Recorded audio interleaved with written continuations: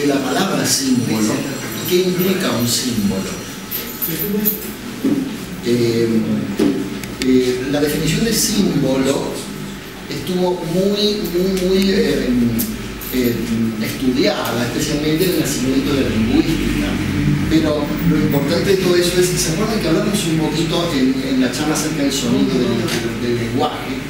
Que nuestros idiomas modernos se caracterizaban por una alta motivación. Es decir, nosotros tenemos una imagen acústica que sirve de vehículo a una idea. Nos damos cuenta, pero nosotros hablamos con términos, con palabras, y nos damos cuenta que cada palabra es el receptáculo de un significado. Árbol, una cosa es el sonido que ustedes escuchan, árbol, que es una cadena fónica, y otra cosa es el concepto de árbol. Y ojo, una tercera cosa diferente es la realidad de la palabra. Es más o menos como esa cuestión de que hay tres realidades: lo que piensa uno de sí mismo, lo que los demás piensan y lo que uno realmente es. Bueno, más o menos parecido. La cosa es nuestra evaluación de la realidad mediante el pensamiento y el lenguaje. Otra cosa es la realidad misma, a la cual, de acuerdo a nuestro estadio evolutivo, podemos llegar a conocer o no. Ahora, lo interesante de todo esto es que signo que representa el concepto es inmotivado, es decir, es arbitrario. No hay nada en el sonido árbol del concepto árbol. Y si no, ¿por qué en inglés decimos tree, en alemán decimos Baum, en árbol en latín, ashwa en sánscrito, lo que sea? ¿Qué dije mal? Pero dije mal. Dije otra palabra. ¿Qué dije? ¿Cómo se dice árbol? No es ashwa. Bruch. Bueno.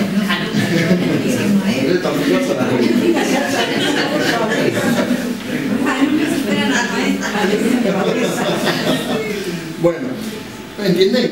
Pero es inmotivado, no hay nada. Esa es la diferencia con el símbolo. El símbolo es casi puramente motivado. Hay algo en la naturaleza de ese signo que me habla de la cosa. Por eso desde antiguo el símbolo se ha relacionado con el silencio. ¿Por qué? Porque solamente mediante el silencio y la reflexión yo puedo, mediante una meditación y una contemplación, poder acceder al significado interno de un símbolo que está oculto ahí. Es motivado la relación entre el significante y el significado. Hay motivación, no es arbitraria. Hay algo en el significante que me habla de la naturaleza interna del significado. Eso es un símbolo. Por lo tanto, es susceptible de ser meditado, estudiado. Y lo bueno de este símbolo, que es algo que los lingüistas hoy no van a nunca admitir, porque la lingüística hoy admite que prácticamente el pensamiento equivale a nuestra evaluación del lenguaje. Si no hubiera palabras, no hubiera pensamiento, dicen los lingüistas. Cosa que me parece absurda, como si fuera que el pensamiento no existiera parte del verbo, de la posibilidad de comunicar. Evidentemente estamos en una sociedad regida por el vehículo de la mente concreta, pero el tema es que el símbolo tiene tal profundidad que solamente el límite de la profundidad está dada por la capacidad del receptor. Solo la capacidad del que evalúa el símbolo es el límite, el techo para la profundidad de ese símbolo, porque siempre se abren una y otra dimensión, nuevas dimensiones de significado, y ese es el poder del símbolo.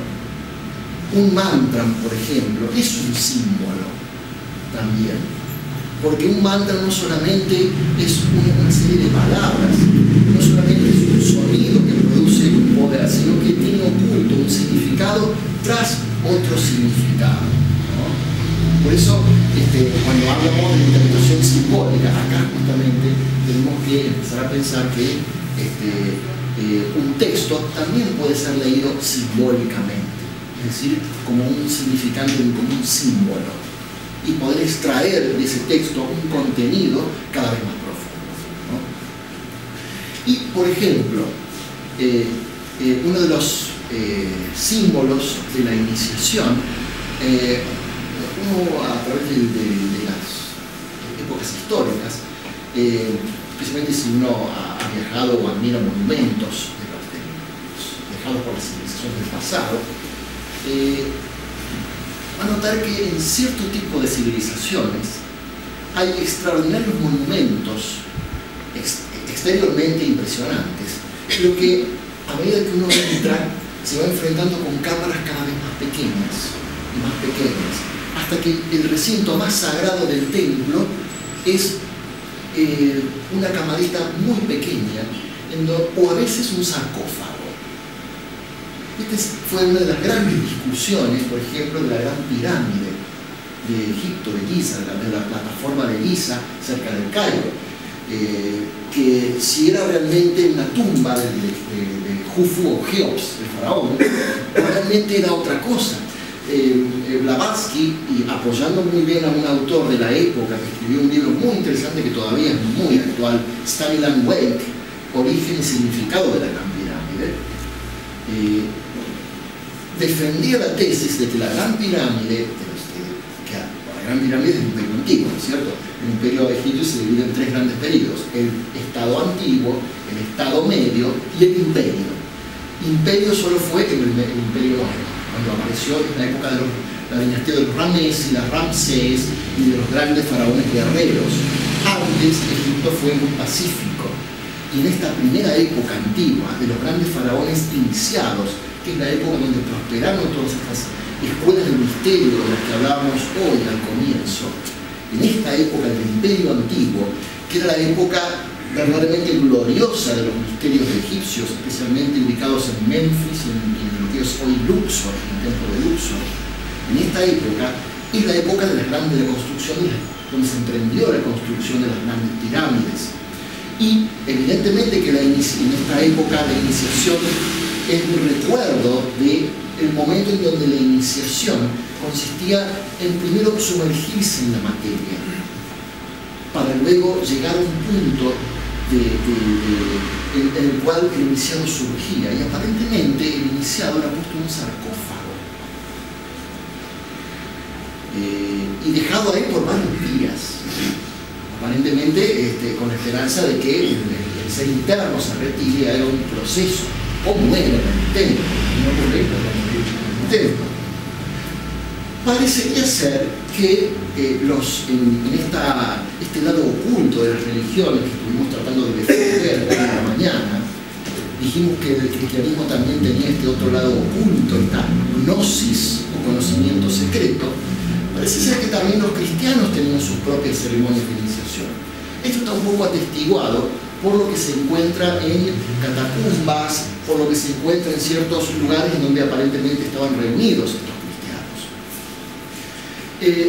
Ali Besant, con su investigación clarividente, contribuye un poco a la idea y elabora un poco el ritual que seguían. Y aparentemente este iniciado era puesto en un sarcófago durante una noche entera, hasta que con los primeros rayos de la luz del sol se levantaba, resurgía, digamos así, en griego la palabra muy famosa es anástasis, la resurrección, una palabra bíblica, ¿no? Anástasis, levantarse. Y los rayos del sol incidían sobre su frente. Y desde ese momento el símbolo del sol pasó a ser totalmente asociado a la idea del iniciado, símbolo del sol. Uno podría fácilmente hacer la relación de por qué, es decir, el sol es el símbolo del logos, en realidad es el cuerpo del logos, ¿no? Su curso anual, entonces, si el sol es el cuerpo del logos, su curso anual simbólicamente referiría, o sería un símbolo del recorrido iniciático.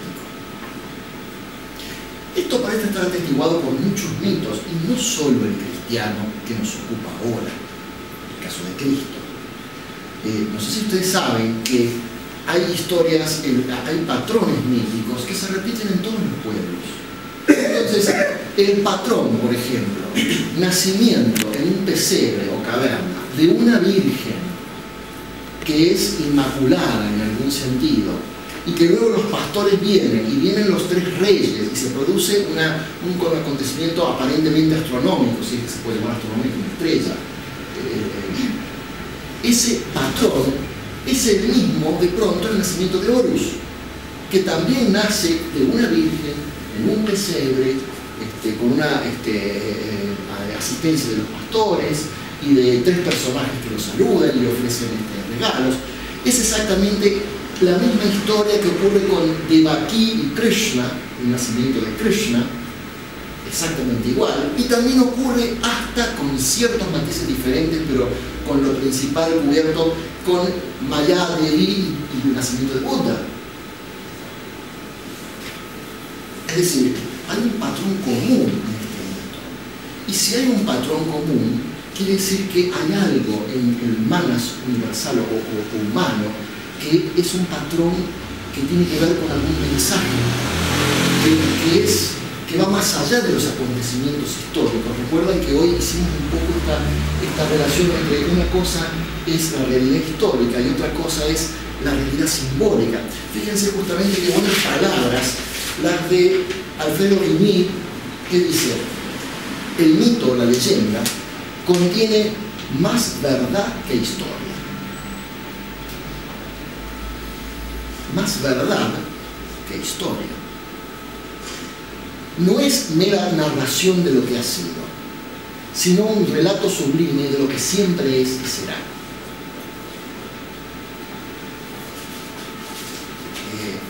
Ven cómo, por un lado, queremos alejarnos de esta limitación de la realidad y de los testimonios históricos, pero estamos hablando de un paradigma mental.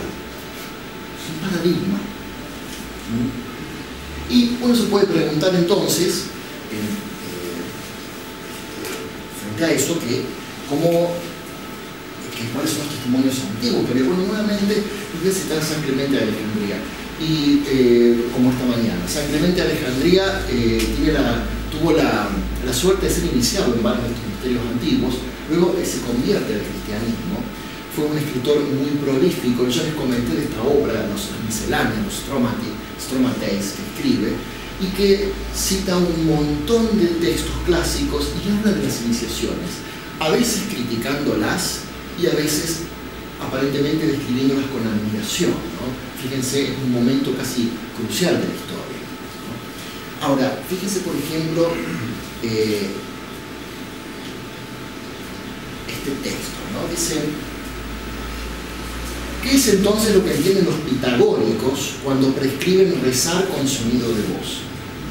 A mi parecer, ellos no pensaron que Dios no pudiera oír a quienes hablaban en el silencio, sino que pretendían que las oraciones fueran justas.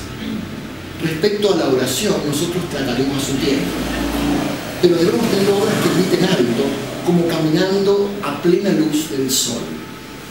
Resplandezcan así tus obras. He aquí un hombre y sus acciones están delante de su rostro. He aquí a Dios y sus obras. Es necesario, esta frase me importa especialmente, que el gnóstico, en su camino a la percepción de la verdad, imite a Dios tanto como pueda. Me parece también que los poetas, a sus hombres ilustres, parecen designarlos como aspectos de Dios divinos semejantes a dioses y émulos de Zeus en prudencia, y tienen pensamientos iguales a los de los dioses y apariencia de dioses. En verdad, dice Eurípides, y cita Eurípides: tengo alas de oro en la espalda y encantadores ritmos de sirenas en los pies, subiré por inmenso éter para abrazar y permanecer junto a Dios. Yo rogaría al Espíritu de Cristo que me diese alas para volar a mi Jerusalén. Fíjense qué distinta interpretación obtendríamos de una lectura literal en el sentido cristiano, de una lectura simbólica, que sería más apropiada para esta época y para este autor. Pero inclusive fíjense cosas que, si uno es poco atento, se le pasan por alto. Dice San Clemente: yo rogaría al Espíritu de Cristo que me diese alas para volar a mi Jerusalén. ¿A alguien se le ocurre qué alas se refiere? Porque, a ver, existe algo que se denomina intertextualidad y que está presente en toda la literatura oculta y en toda la literatura antigua. Es otra forma de simbolizar. Es una forma de cita. ¿A quién puede estar citando San Clemente aquí, cuando dice alas? Y aquí todos los editores están de acuerdo. ¿A quién se le ocurre? Algo más concreto, a un autor. Al Fedro, a la alegoría del carro y del alma. Es así de simple, donde habla de las alas, del alma, cita directamente al Fedro. Y no se ocupa en aclararlo aquí. ¿Por qué? Porque se supone que el lector lo debe saber. Que él, cuando dice alas, está citando y parafraseando al Fedro de Platón. Eso es intertextualidad. Ven, a ver si me explico de lo que es. Cuando nosotros, por ejemplo, decimos ladran, Sancho. Claro, pero sirve bien al caso aun cuando el receptor no haya leído el Quijote, porque es un intertexto cultural. ¿Qué quiere decir? Deja que hablen. Si hablan es porque realmente estamos haciendo... Bueno, eso es una intertextualidad. Es una cita cultural que yo supongo que el receptor va a entender, hasta va a saber que es del Quijote, aunque no lo haya leído. Toda la literatura antigua, esa es la dificultad para leerla, está plagada de esta intertextualidad. Yo les cito un ejemplo de todo eso, de toda esta serie de citas, ¿no? Y cuando, por ejemplo, describe, porque también dicen los estoicos que el cielo es realmente una ciudad, mientras que las de aquí en la tierra no son ciudades, se llaman ciudades, porque la ciudad, polis, es algo serio, y el pueblo es una sociedad honesta, una multitud de hombres administrados bajo la ley, al igual que la iglesia bajo el logos, ciudad sobre la tierra que no puede ser asediada ni oprimida por tiranos, voluntad divina sobre la tierra, sobre el cielo. Fíjense cómo está presente primero un vocabulario, se habla de logos, habla de los estoicos, está utilizando la idea de una ciudad divina, que uno podría empezar a meditar de a qué se refiere simplemente con una ciudad divina. Y más tarde, finalmente, dice, citando,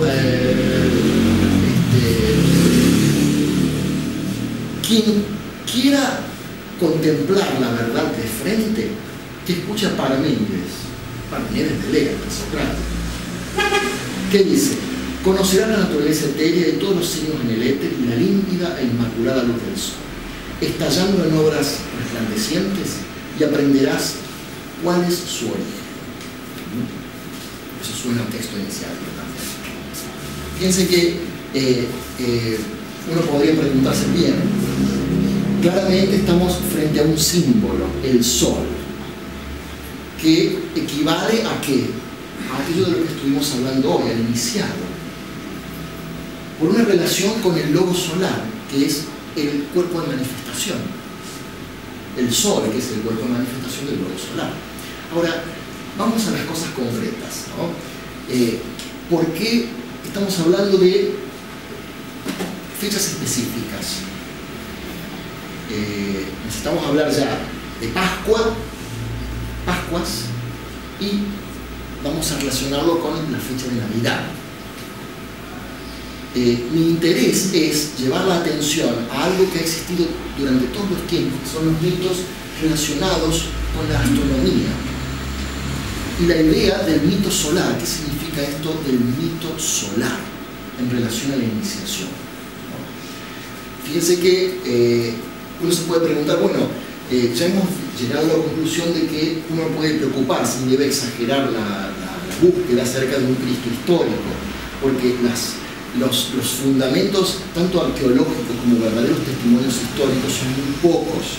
De hecho, hay quienes afirman o que no existió verdaderamente como figura histórica, o que existió con una historia diferente, o no fue crucificado, o tuvo otra historia. Estuvimos hablando de diferentes testimonios, de obras apócrifas, que a propósito no aclaramos qué es apócrifo.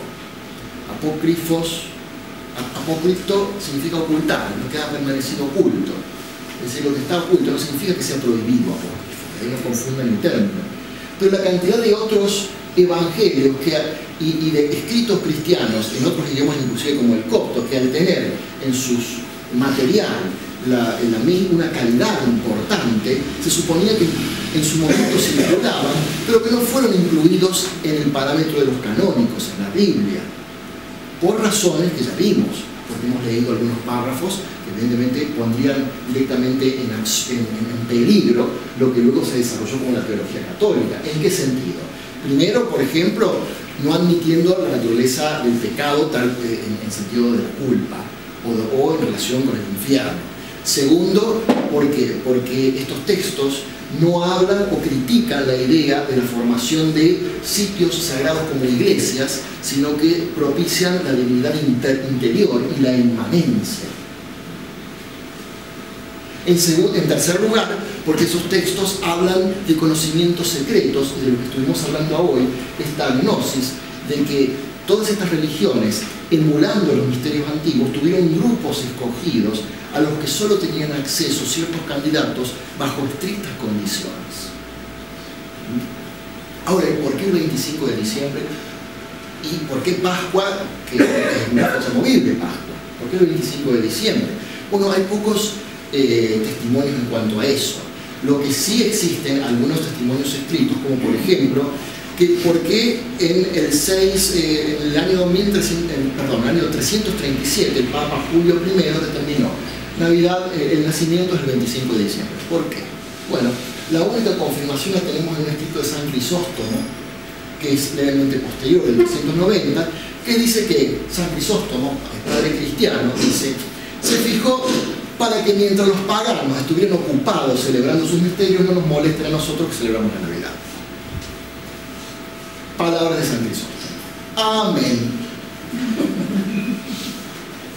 Ahí tenemos una explicación de que evidentemente ha habido una intención de superponer una festividad cristiana a una festividad pagana, cuando en realidad los patrones históricos o los conocimientos históricos nos indican que si existió posiblemente un Jesús de Nazaret, existe una alta posibilidad de que haya nacido alrededor de 7 años antes de sí mismo.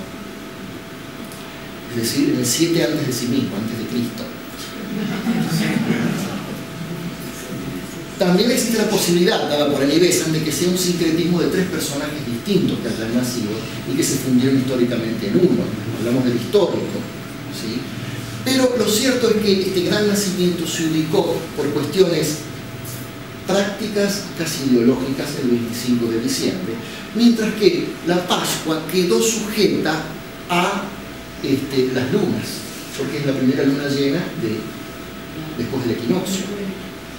La iglesia no va a decir de año, por supuesto, pero va a decir después del equinoccio. ¿Y eso por qué? Porque las fiestas de la fertilidad tenían lugar en ese momento. Entonces justamente se adaptó astronómicamente a que fiesta de fertilidad. Y no digan que no conservamos algunos simbolitos de la fiesta de la fertilidad. ¿O ustedes qué creen que es el huevo y el conejo? ¿Por qué el conejo y no el sapo? ¿Por qué el conejo y no el caballo? El huevo de Pascua. Bueno, el mismo árbol de Navidad es un símbolo pagano. El árbol de Navidad, los antiguos decoraban un árbol y quedó fundido después del pesebre, en todo caso católico. Pero, fíjense entonces cómo existe y eso ocurrió en toda la humanidad, la superposición de festividades. Algunas veces también ocurría para demostrar la superioridad de la nueva idea o nueva cultura. Nos superponemos ahí en ese festival. La cuestión es que el mito solar entonces pasó a representar la actividad del logos y resume la vida de una individualidad que es una encarnación de este logos. Nosotros hemos hablado un poco de la necesidad, de por qué de la religión, y la necesidad de que si admitimos la existencia de aquellos que están más allá, que han pasado más allá de la orilla, que por motivos específicos se encarnen y formen el patrón, el germen de nuevos movimientos de ideas, que luego se cristalizan posiblemente en las religiones. Bueno, y aquí tenemos, vamos ahora al tema. En fin,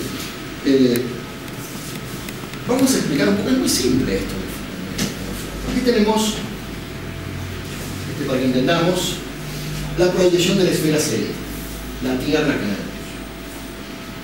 Si nosotros proyectamos el ecuador de la Tierra sobre esta esfera y la eclíptica, que es el paso del Sol aparente, queda esta configuración.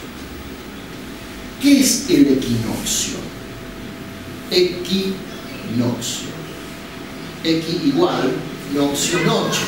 Es decir, las noches son iguales a los días, justo cuando el Sol está en un punto del ecuador en el cual estamos o en primavera o en otoño. No es ni el extremo de frío ni el extremo de calor, y la luz está dividida en forma bastante pareja entre el día y la noche en cuanto a la cantidad de horas transcurridas. Entonces, este punto es un punto muy importante para tener en cuenta. Se denomina punto vernal. Punto vernal. Equinoccio vernal. Este es el punto cero del signo de Aries. ¿Sí?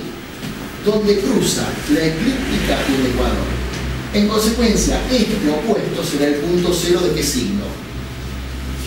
De Libra, el signo opuesto a Aries.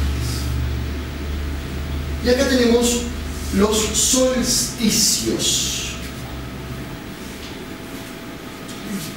Solsticios, que es el punto en donde la eclíptica, que es el trayecto del Sol, se separa en su mayor ángulo, 23,45 para ser exacto, del ecuador, hacia el sur y hacia el norte.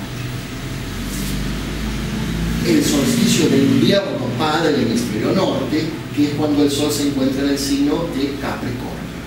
Capricornio es el solsticio de invierno y nuestro solsticio de verano. Cáncer es el solsticio de verano para el hemisferio norte, el solsticio de invierno para nosotros. Ahora, observen ustedes que estamos hablando de una división de la eclíptica. Y alguien me podrá decir, ¿cómo?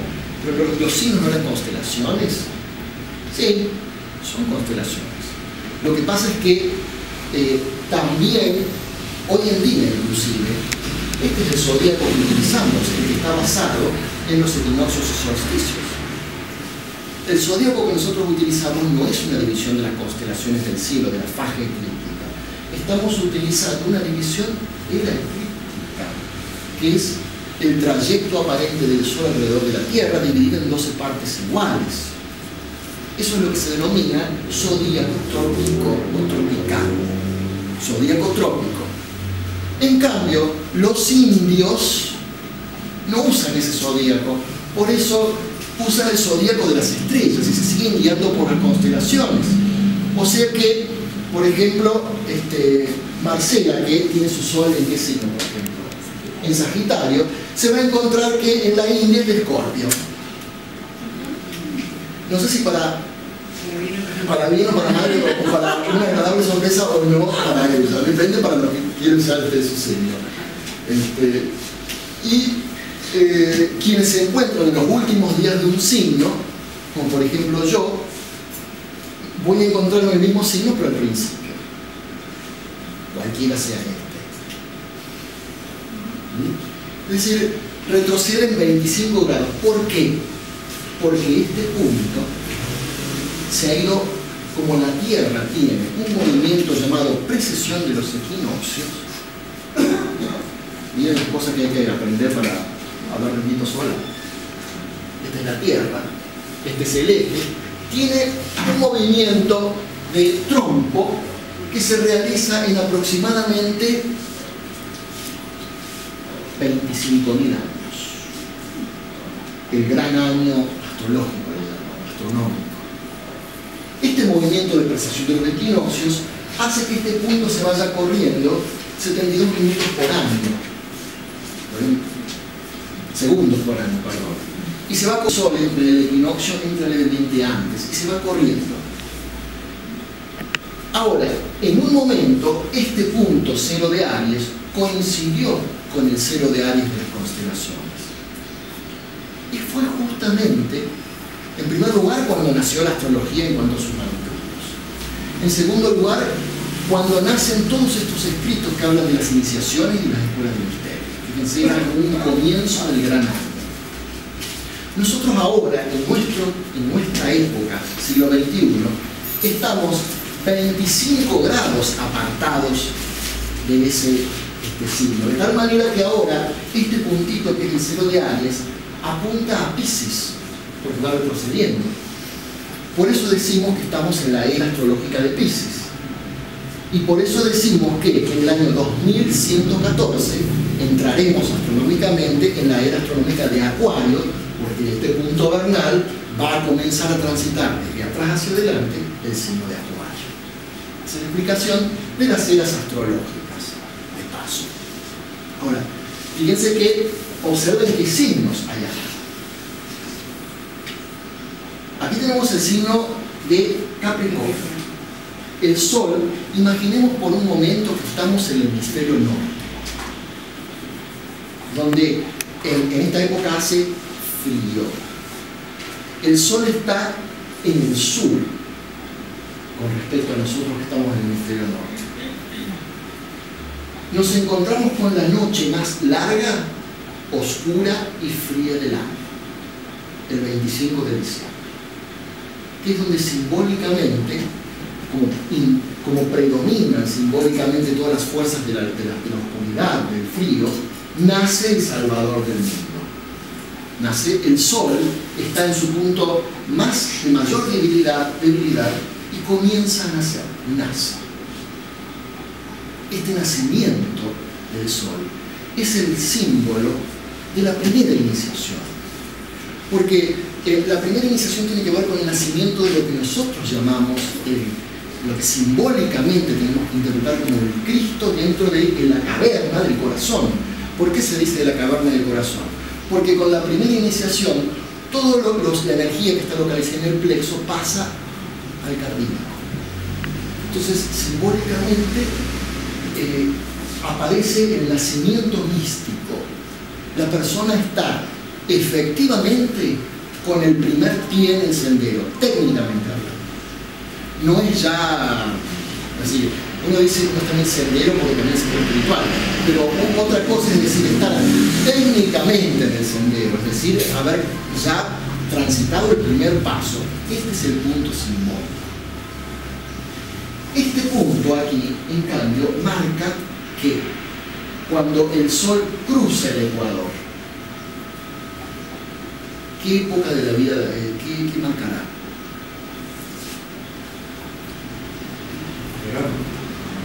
No, marca la primavera. Este es el invierno, esta es la primavera. El Sol cruza por acá y estamos en primavera. Porque al Sol, al cruzar por aquí, estamos en una igualdad de temperatura, los días son iguales a las noches, pero simbólicamente es crucificado. Es crucificado simbólicamente en el Ecuador. Cruza el Ecuador, el equinoccio vernal. Fíjense qué signo se encuentra ahí. Aries, el Cordero. El Cordero, ¿cómo es la fraseología bíblica? El Cordero de Dios. ¿Cuál es el signo anterior a Aries? Piscis. ¿Y cuál es la fraseología bíblica de Piscis? ¿Quiénes eran los referidos a Piscis? Pescadores. Los pescadores de hombres. Y a su vez, cuando el Sol se encuentra a medianoche del 25 de diciembre, ¿qué signo se encuentra sobre el horizonte que implica el nacimiento del Sol? No, si Capricornio está en el medio signo, puede estar en el horizonte. Cáncer. ¿De dónde nace el Salvador? De Virgo. De una virgen. De Virgo. De una virgen. El signo que se encuentra ascendiendo es el signo de Virgo porque nace de la Virgen. es, digamos, la simbología astronómica del nacimiento. El Salvador, que nace en la noche más larga y oscura del año. Y así también dice Animesan, en ciclos menores se repite el mismo esquema, porque los pequeños salvadores nacen en las noches de luna, la más oscura del año, del mes. ¿Cuál es? La luna nueva. Mientras aquí encontramos el cordero que es sacrificado. ¿Cuál era el animal sacrificado en la antigüedad? El cordero. Se lo ponía en un altar, se lo sacrificaba. ¿Cuál es la enseñanza? Ahora deja de ser el cordero y pasa a ser ¿quién el sacrificado? O sea, el que se pone en el altar es el hombre mismo. Históricamente eso tiene una fecha. Es decir, les digo cuándo, porque ustedes saben que antes existen cruces. ¿Han visto cruces con el cordero sobre la cruz? Sí, esas son las primeras cruces cristianas, porque en los primeros siglos del cristianismo no se ponía a Cristo en la cruz. Fue en el concilio de Constantinopla del 680, bajo el Papa Adriano I, que se decidió colocar al hombre. Antes se colocaba un cordero. Y luego del cordero que se colocó al Cordero de Dios. Al hombre que es crucificado. Y luego el sol, luego de tener esta, que sería qué iniciación esta. La cuarta, ya vamos a la crucifixión. ¿Qué comienza a hacer? No le queda más que ascender hasta el punto más alto posible del norte, que más dista del Ecuador, que es justamente lo que sigue a la crucifixión. Ahora, si nosotros nos remontamos a la historia, ¿se acuerdan lo que hablamos de la precesión de los equinoccios? Dijimos que este punto se fue corriendo. O sea que este punto, si ya se corrió a Piscis y estuvo en Aries, quiere decir que en algún momento donde estuvo en Tauro. Por eso, cuando hablamos del mito de Horus, no hablamos como de Cristo, hablamos también de la Virgen y demás, pero no hablamos del Cordero, hablamos de qué? Del buey Apis. El mito de Horus, que tiene el mismo parámetro, el mismo patrón, el pesebre, la Virgen, siempre relacionada con algún nombre que tiene que ver con ilusión. Fíjense, María, mar, el océano, siempre con la idea de algo asociado con la forma. Estuvo en Tauro y bueno, el Horus es identificado con el buey Apis, no con el cordero. Y de la misma forma, todos los misterios, los que tenían lugar, por ejemplo, en Babilonia, en Merodach también era un toro. Por eso, ¿quién me preguntó de Mitra? Por eso Mitra, el sol, el Mitra, era identificado con el toro, y en la ceremonia de los iniciados de Mitra, que eran los soldados de Roma, era que pasen por un recinto donde se les arrojaba la sangre de un toro sacrificado. El toro. Y de lo mismo Astarte, bueno, anteriormente era el toro. ¿Ah? ¿Por qué? Porque por precesión de los equinoccios, este punto vernal, que es el punto de la crucifixión, estuvo antes en todo, en el signo de Tauro, ¿no? Tuvo su signo de Tauro. Y a su vez, ¿qué se supone que son estos tres personajes que aparecen en varios mitos a ofrecer los magos? Los magos, ¿qué se supone que son?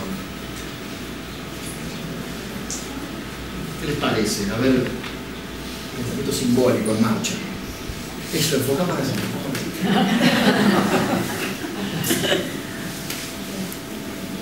Son el...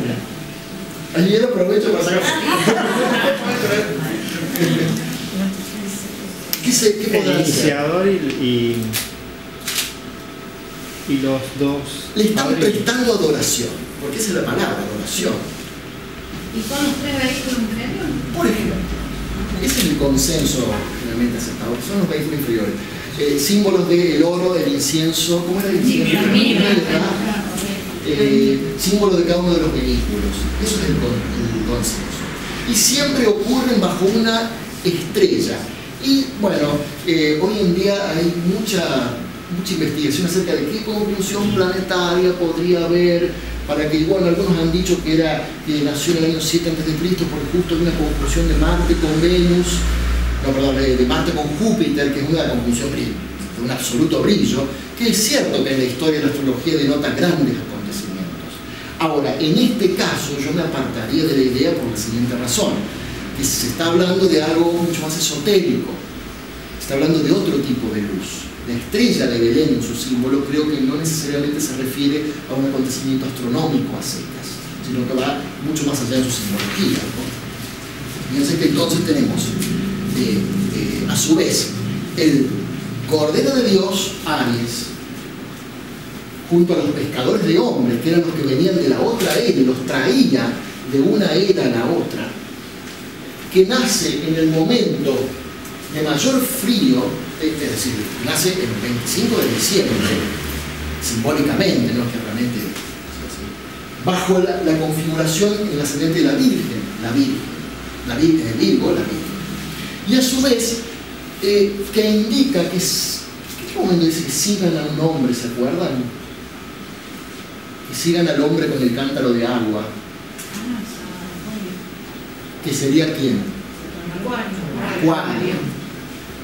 Es decir, estamos en un punto crucial entre eras, ¿no? Fíjense la simbología.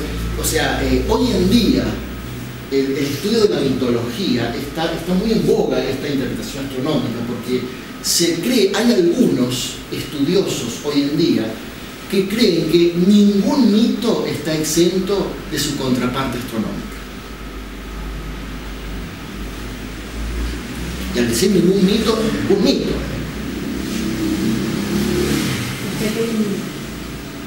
Una realidad física que lo avala. Hubo en algún momento. Es que eso nos acerca a lo que hablamos sobre nuestro concepto pitagórico del universo. No sé si nos damos cuenta, ¿no? Si lo pequeño es analogía de lo grande, si el microcosmos es analógico al macrocosmos, estamos hablando que lo pequeño repite geométrica, matemáticamente, lo que es lo grande. Entonces no nos debe extrañar eso, que todos nuestros códigos, hasta la iniciación misma, se vea retratada en una simbología astronómica. Que la misma la configuración de nuestro esquema de la Tierra en relación al Sol y la Luna sea realmente astronómica. Y fíjense que hasta en apariencia, porque ustedes sabrán por estudios, a quien se ha interesado por la evolución, qué rol tiene este planeta Tierra y este globo, ¿no? Dentro de este esquema evolutivo, que es justo la mitad prácticamente que divide el arco involutivo del arco evolutivo. Y fíjense que astronómicamente es una verdad, porque nosotros, por ejemplo, por un lado decimos que tenemos el cuerpo del globo solar, el Sol, y por otro lado la Luna, que hasta la doctrina secreta dice que es una entidad prácticamente sin vida, inclusive en cuanto a su dimensión. Es ridículo pensar comparar el Sol y la Luna. En cierta forma, para nosotros, la Luna es el pasado real, literal, de toda la raza humana, el pasado del globo lunar. Y el Sol es el futuro, porque es indicador de justamente el logos. Pero estamos en un momento, en un lugar astronómica y geométrica y matemáticamente, en donde los dos se ven exactamente igual de brillantes e iguales en tamaño. ¿Eso qué le sugiere? Estamos en un punto medio. Estamos en un campo de batalla. Estamos en un punto medio. Es el momento en donde las fuerzas, hablando en fraseología sánscrita, el Purusha y las de Prakriti, se encuentran en casi 50 y 50. Es un momento en donde se debe abandonar el arco involutivo y seguir el curso del arco evolutivo. Si uno empieza a prestar atención a todos estos símbolos y alegorías astronómicas, nos vamos dando cuenta de todo lo que hay en simplemente medidas, números, trazos geométricos aquí en nuestro universo. Ahora, entonces, ¿quién sería en este caso el Sol? Porque hemos dado al sol como símbolo de este iniciado. En este caso, bueno, vamos a relacionarlo con el Cristo. Lo que pasa es que ahora tendremos que explicar un poco, más allá de las circunstancias históricas, primero qué es esa palabra Cristo y en qué se diferencia de Jesús, al menos en principio como palabra. Cristo no es un nombre, está claro, ¿cierto? Es un apelativo que quiere decir que Christos. No es que requiera. Sí, pero es un calificativo que tiene un significado en griego que significa ungido. Crio en griego es ungido. Christos, desde el tiempo de Constantino, este es el símbolo que Constantino vio en el cielo y que dice: por este símbolo venceré, y así instauró el cristianismo, llegó a instaurar el cristianismo como en la época romana, venciendo todas sus oposiciones a sus oponentes en Bizancio, que dice que cree haber visto este símbolo en el cielo. Otros dicen que en realidad lo que vio es que le convenía que tenía los cristianos a favor para que él pueda ser emperador. Pero más allá de eso, este es el símbolo con que se conoce a Cristo, y esto es justamente porque en griego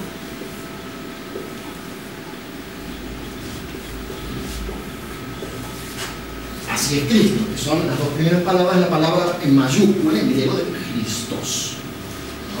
Ese es el símbolo que ha aparecido, como se identificó, y con que todavía hoy en las catacumbas aparece identificado el cristianismo. Ahora, es el ungido, ¿no? Esto entonces significa el ungido, que es un apelativo que parece haber sido común en los misterios, pero sí. Aquí nos tenemos que detener un poco para observar la relación entre lo que dijimos acerca del sacrificio y de la relación del sol con el logos, ¿no? Yo me voy a citar ahora, justamente a propósito, algo que tiene que ver con el cristianismo, que es un Upanishad. Es Brihadaranyaka Upanishad, que dice que toda manifestación es el cumplimiento de la ley del sacrificio. Toda manifestación es el cumplimiento de la ley del sacrificio. Esto está en un Upanishad, o sea, está en los Vedas.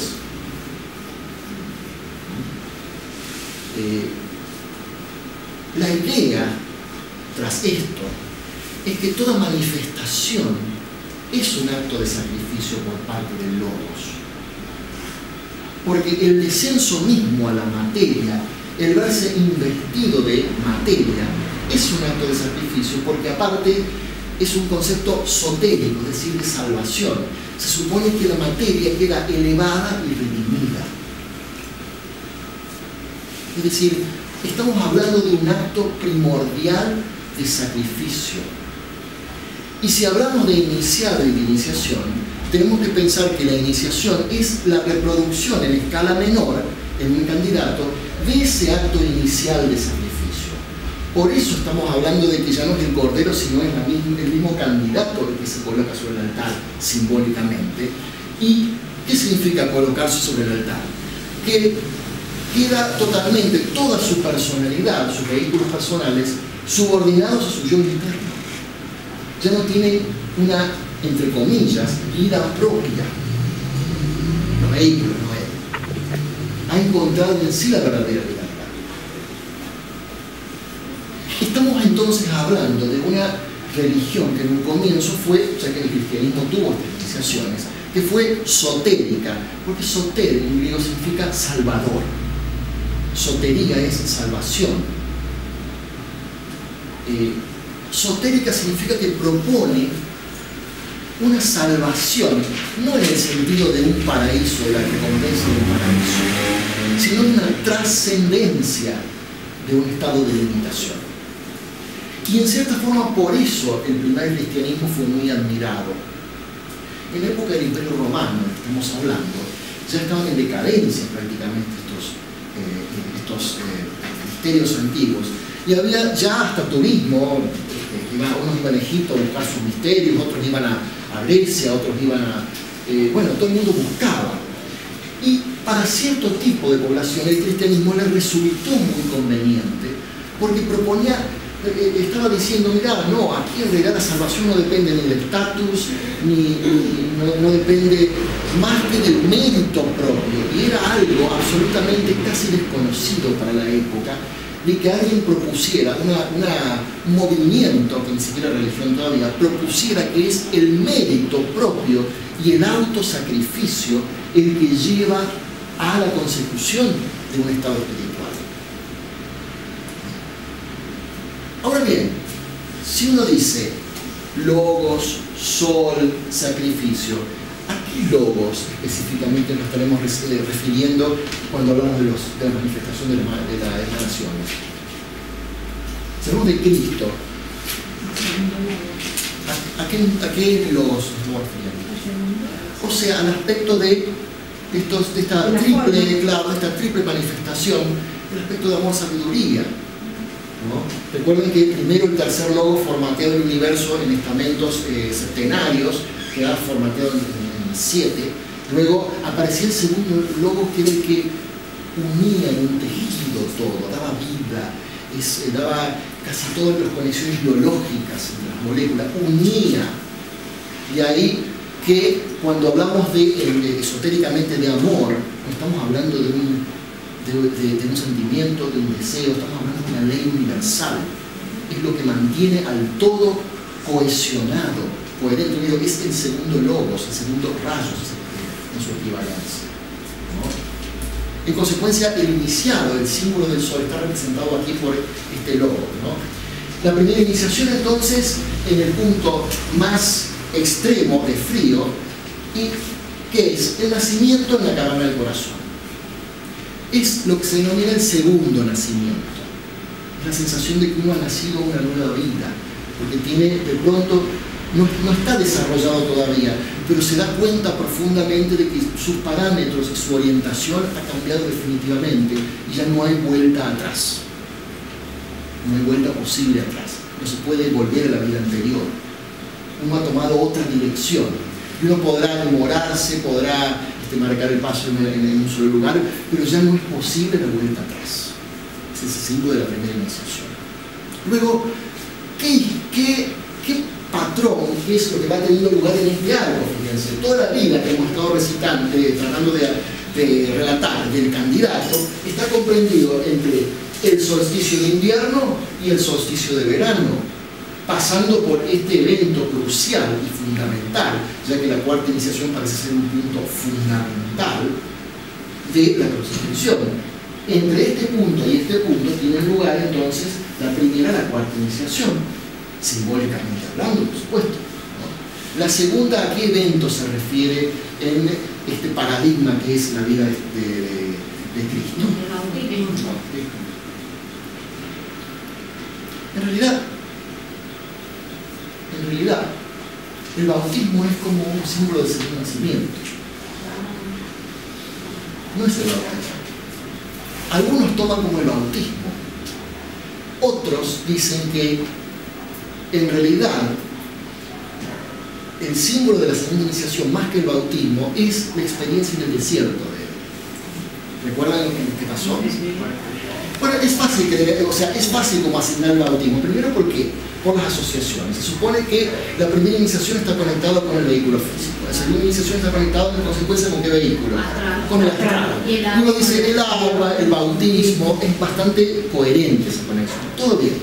Otros opinan, como Anivesa, esta es la opinión de Anivesa, tiene que ver con la experiencia en el desierto. ¿Qué pasó en el desierto?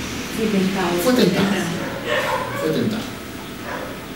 Por la experiencia, porque recuerden el relato bíblico, pasó 40 días en el desierto, ayunando, en silencio, todo lo que nosotros haríamos todos los días.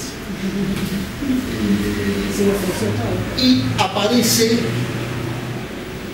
el tentador, que justamente es muy interesante a ver cómo traducimos esa palabra diabolos. Claro, es fácil decir diablo, pero a ver qué connotación habrá tenido para ellos diabolos, ¿no?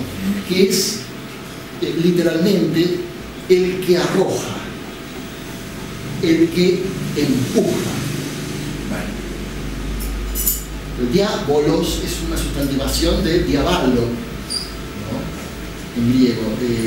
Por eso ha sido quizás bastante contundente la transliteración en diablo.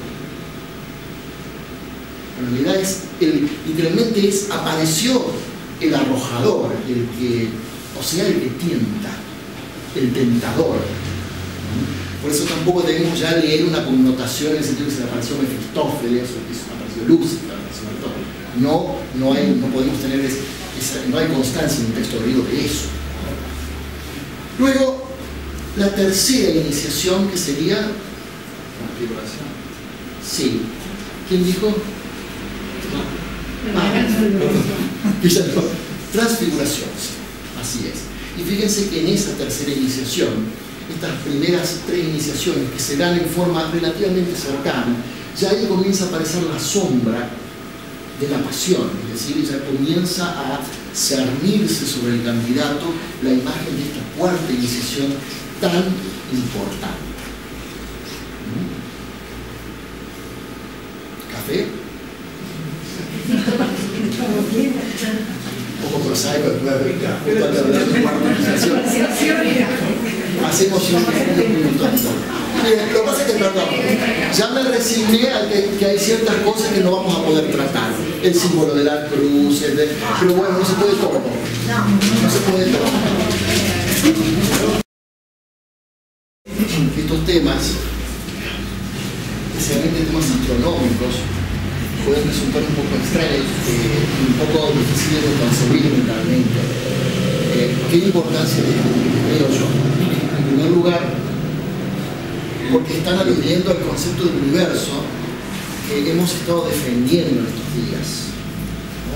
Un universo geométrico, en el cual las distancias, los ángulos, las relaciones, esa es la palabra clave, como es un sistema, las relaciones entre los elementos de ese sistema son muy importantes.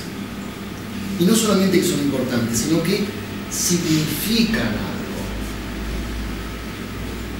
Uno de los ejemplos que suelo proponer para demostrar esta diferencia es el concepto antiguo e indio de la astrología versus un concepto más moderno de la astrología. El concepto más moderno, tolemaico, de la astrología ha llevado a creer que, por ejemplo, haya ciertos planetas que emiten rayos que inciden sobre las personas y causan que pasen cosas. Mientras que, por ejemplo, para los antiguos astrólogos, el universo era como una imagen, un pensamiento del logos. Y uno, al interpretar las configuraciones astrológicas de un nativo, lo hacía de la misma forma que estuviera viendo un mapa y tratando de descubrir simbólicamente qué le tocaba al nativo en analogía con eso que ocurría en el cosmos. Cada distancia, cada ángulo significaba algo. Nada está por estar. Si había un planeta que se encontraba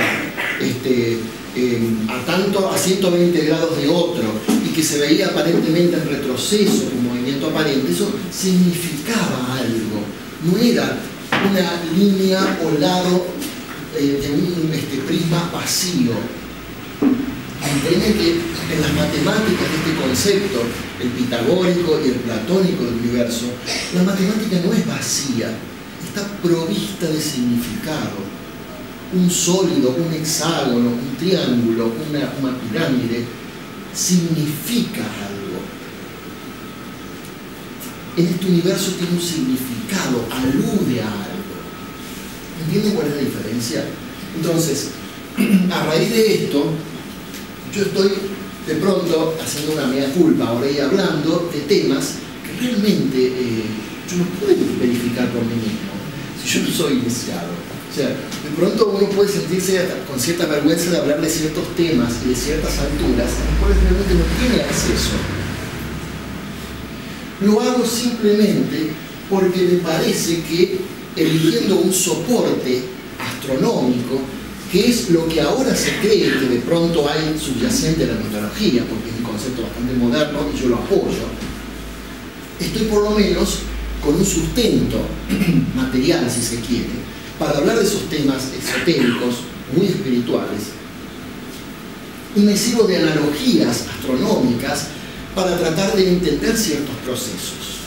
Ahora, no me cabe duda de que esto y muchas cosas más, de las cuales muchos hablamos tan ligeramente, son un profundo misterio. Y deben seguir siendo un profundo misterio, y debemos seguir apreciándolo como un profundo misterio que está mucho más allá de nuestra comprensión, en su sentido íntegro, profundo. ¿Me entienden? Entonces, uno trata de aludir a cosas con el soporte de algo, tratando de hacer analogías, porque por ahora es nuestro único método posible, ya que sabemos que, por lo que hemos estado hablando, el microcosmos imita o es un reflejo del macrocosmos. Entonces, por lo tanto, la analogía resulta ser una clave maestra para tener vislumbres. Y nos tenemos que conformar con eso, en estos temas, solo con tener vislumbres, para poder acercarnos al tema. Me pareció una aclaración que es muy importante. Aquí tenemos, por ejemplo, bueno, está representado el Sol.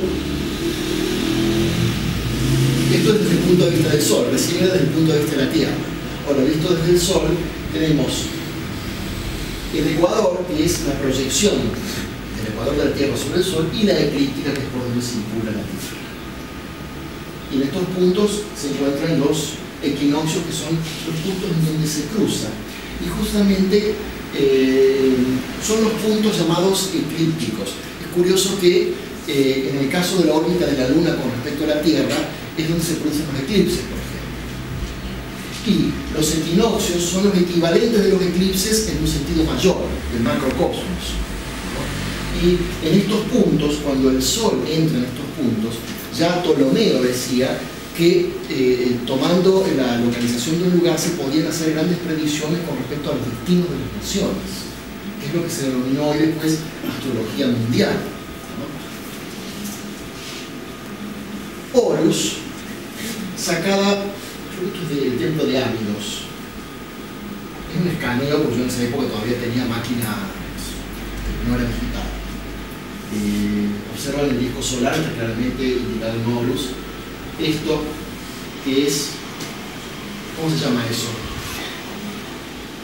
El Ureus, la serpiente, la cobra. La cobra también en Egipto del círculo del iniciado. Halcón, el halcón es un símbolo solar. Esto está en el... Y siempre acompañados por ciertos otros símbolos. Por ejemplo, lo poco que yo he logrado aprender, algunos símbolos, por ejemplo, este es el, ¿se acuerdan cuál es? Tau.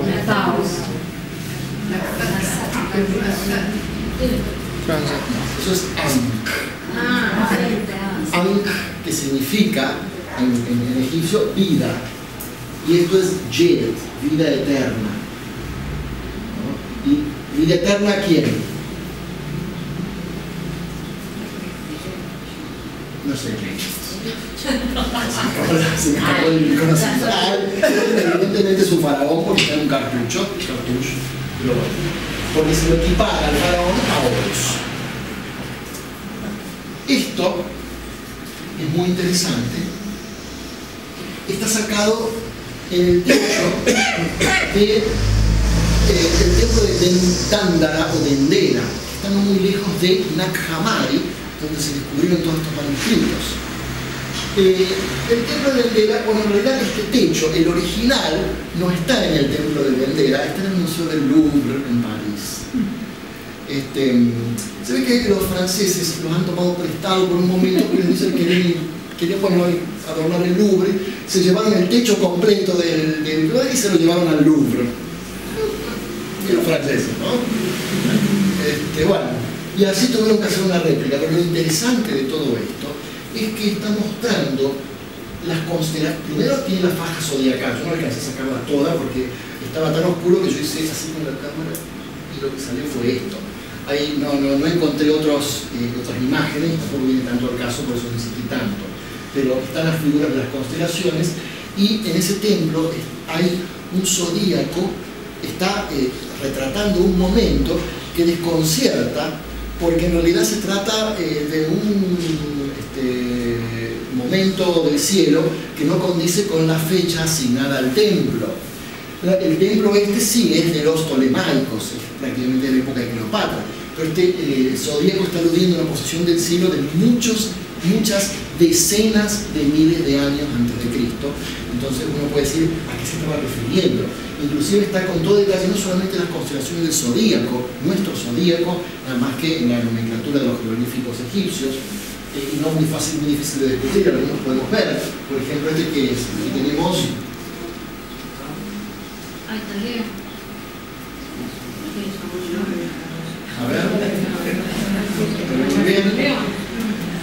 Esto me parece ser o Capricornio o. Estos son los Piscis. Aquí están los peces. Tú puedes ver Acuario, entonces tienes el Capricornio y este es Sagitario. Sagitario lo que pasa es que está retratado como no como un arquero, sino como la parte de mano más. Entonces aquí tendría que estar Escorpio, bueno, etc. Acá están todas las otras constelaciones, esta es la Osa Mayor, que en los egipcios estaban por un cocodrilo, por un hipopótamo. Otras culturas tenían otros animales que representaban, y prácticamente están casi todas las constelaciones, lo cual indica que lo que nos cuentan los biógrafos de Pitágoras, que Pitágoras fue a aprender cosas a los templos, eran ciertos. Realmente los egipcios estaban en conocimiento, tenían profundos conocimientos de todas las ciencias y de astronomía también específicamente, ¿no? Ahí tenemos el techo astronómico del templo de Esna, en donde están todas las constelaciones, y ahí sí se puede ver, por ejemplo, esto es Escorpio, este es Escorpión. Lo que pasa es que en el medio están metidas otras constelaciones, ¿no? Una belleza de figuras, fíjense lo que es el templo, ¿no? Todo esto son techos astronómicos, todos con figuras de constelaciones, ¿no? Ahí tenemos a Isis.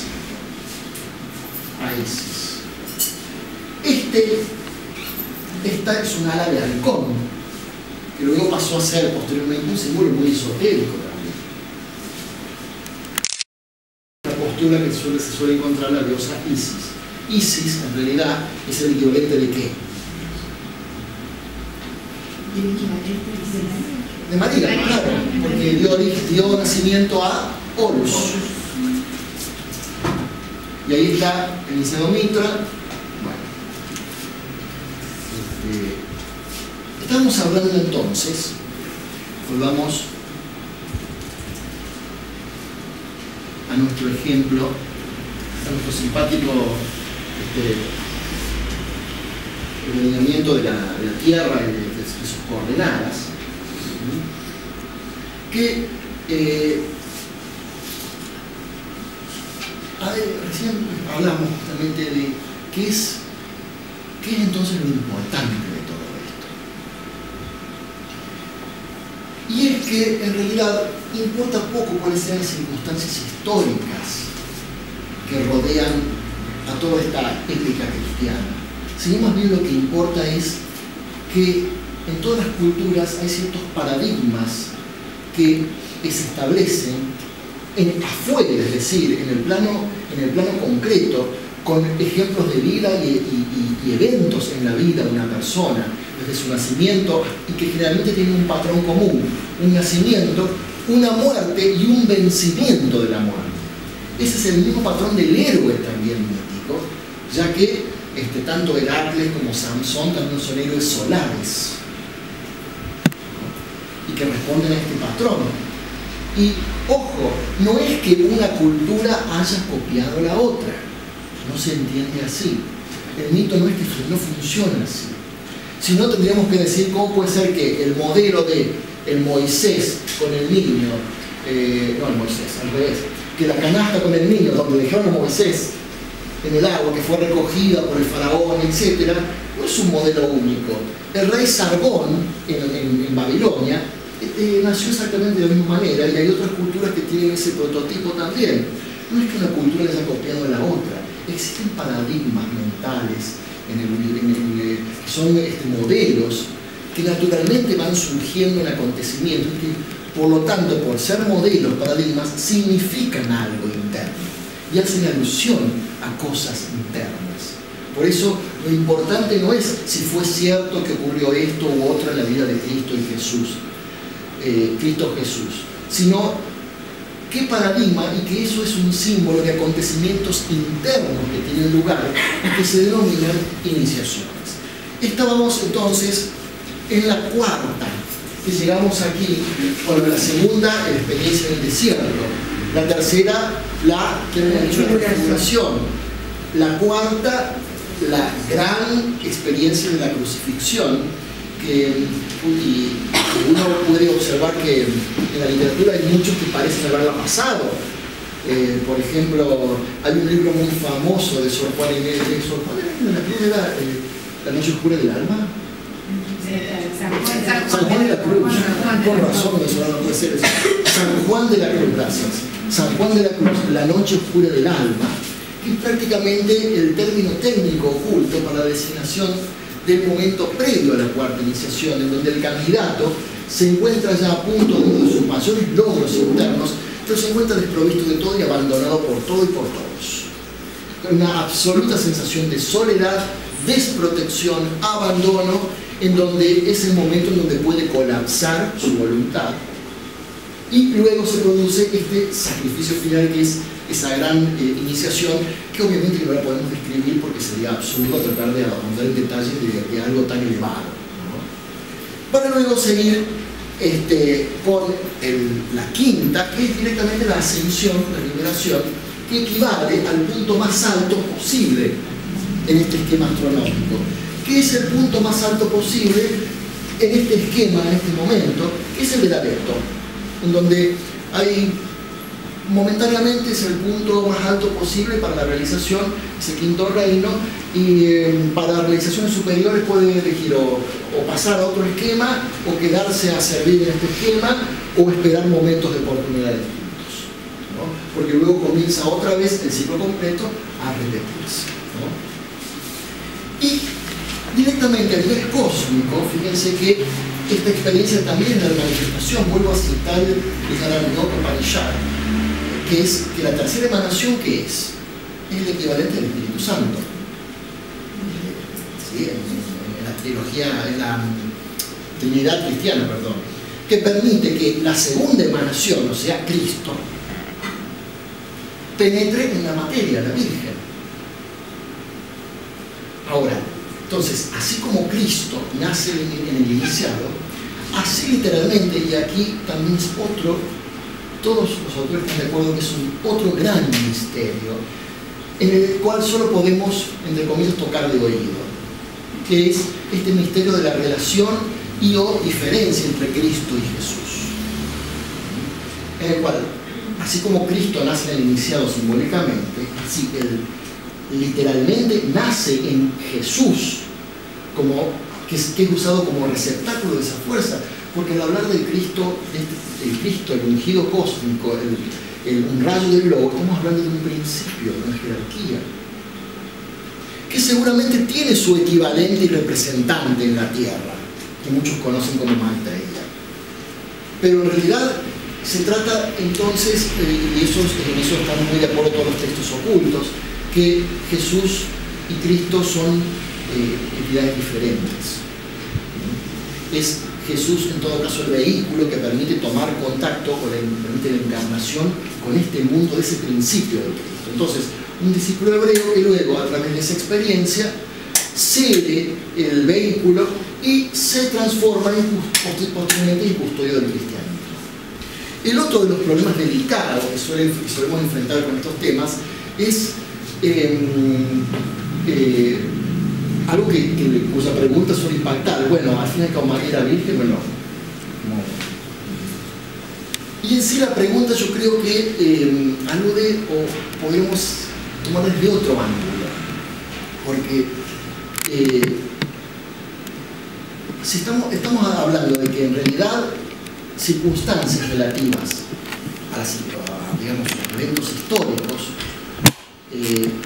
puede haber sido de una manera o de otra, pero si estamos tratando de interpretar simbólicamente, tratemos también de interpretar simbólicamente a qué se refiere este estado inmaculado de María como representante de la materia, de la madre del mundo, del aspecto material. Más allá, si en la vida real haya sido o no virgen, es una cosa que tampoco es relevante para la interpretación simbólica, ¿me entienden? Si a mí me preguntan la opinión, y posiblemente no, quién sabe, o sea, ¿cuál es el problema? Es un tema que hoy en día está muy en boga, porque claro, como se han descubierto nuevos manuscritos, entonces se ha revelado que María Magdalena ha sido una discípula muy allegada. Entonces, como leíamos en el Evangelio de Tomás y de Felipe también, que dice en un momento que Jesús besó a María Magdalena y las hormiguitas, como se acuerdan que dijimos, comieron hay una laguna en el manuscrito, y resulta que los conjeturaron los filólogos que decía boca. Entonces digo, bueno, si lo besó en la boca, entonces eran pareja. Y bueno, y así como se cometen esas exageraciones, porque en realidad en la época culturalmente era bastante común el beso en la boca en ciertos grupos, no hay que pensar tampoco más en eso.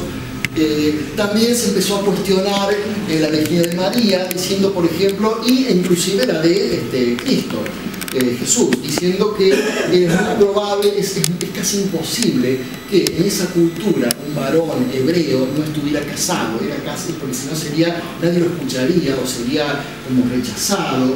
Hay cuestiones culturales que impedirían concebir, etcétera, etcétera, etcétera.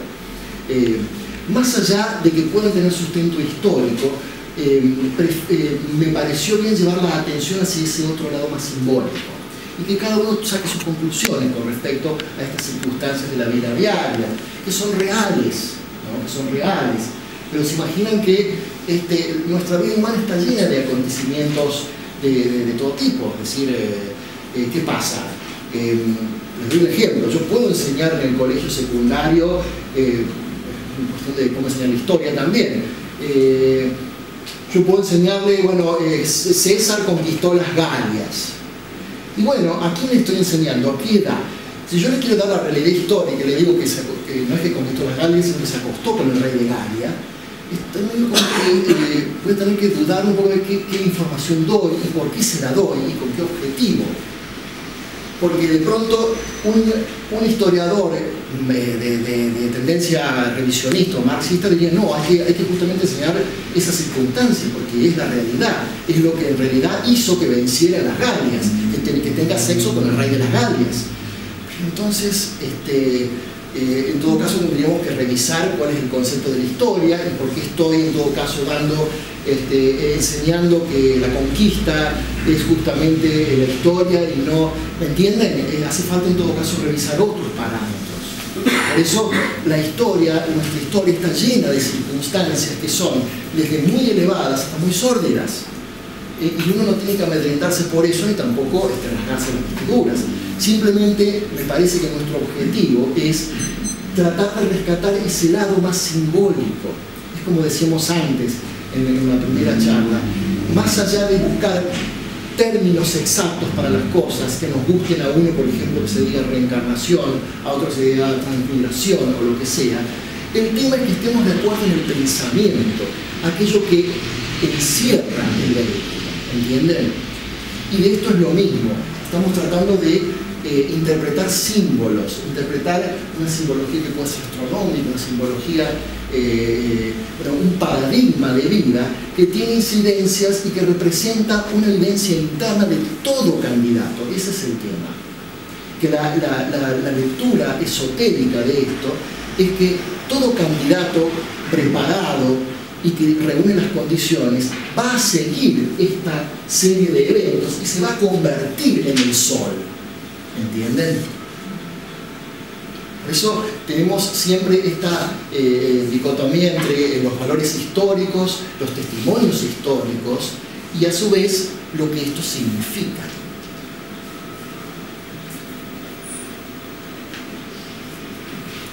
¿Preguntas?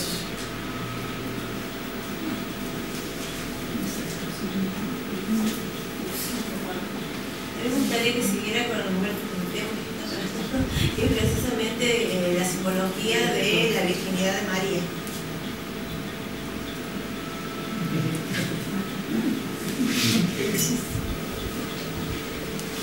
Simbología de la virginidad de María. Sí, o sea, usted dijo que Bueno, a ver. o sea, eso tiene un Ok. significado, o sea, el significado. Te tomo para la simbología de la virginidad de María. ¿Qué te parece?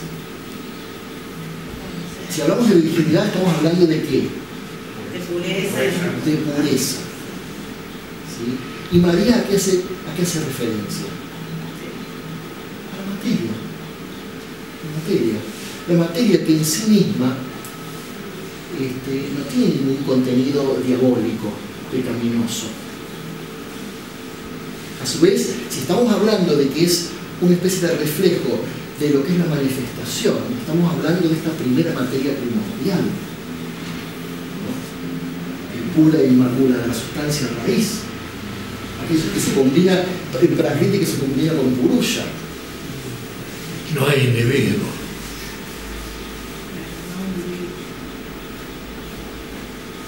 Aparte, hay otros contextos, cuando se habla de algo inmaculado, no llevemos a la connotación de ese es el tema, uno inmediatamente lo relaciona con aspectos sexuales, ¿cierto? Y me parece que aquí va por otro lado. Sí, pero eso es lo que se nos hizo creer en su momento. O sea, más allá, les vuelvo a repetir, bueno, Pero tiene que ver con la pureza en los vehículos, o sea, con haber purificado toda esa, porque toda es materia, o sea, uno la toma como la materia física. Para llegar a este estado de iniciación tiene que haber purificado todo su vehículo, o sea, ese estado inmaculado donde algo puede plasmarse y nacer nuevamente. En los evangelios apócrifos egipcios, sí, un segundito, sí, en los evangelios apócrifos egipcios figura como la historia del nacimiento de María. No sé si es real, pero bueno, cuentan realmente lo que dice Alicia, que digamos desde que nació, ya se sabía que iba a nacer un alma avanzada, de Ana, que era una mujer muy mayor, y que ella tenía que ser cuidada de determinadas maneras, vestida de determinada manera, y que nunca la tenía que ver la gente, porque iba a ser el alma que albergara al Salvador del mundo. Eso cuenta ahí en esos evangelios. Y que ella vivió en el templo desde que nació. Y que era alimentada por ángeles, por Deva, dice que no comía comida humana. Bueno, esto es una historia que no sé hasta qué punto puede ser verdad. Lo que yo he leído sobre eso. A eso puede ser que se ha referido la virginidad de María, como dice Alicia, justamente tener un vehículo. Sí, más que todo porque por lo siguiente, por eso decía, hacía yo, justamente por eso, hacía yo relación al aspecto simbólico. Ahora, vamos un poco a lo que es, hablamos de los esenios, ¿cierto? Sí, en los testimonios históricos consta que los esenios tenían ceremonias hasta para concebir.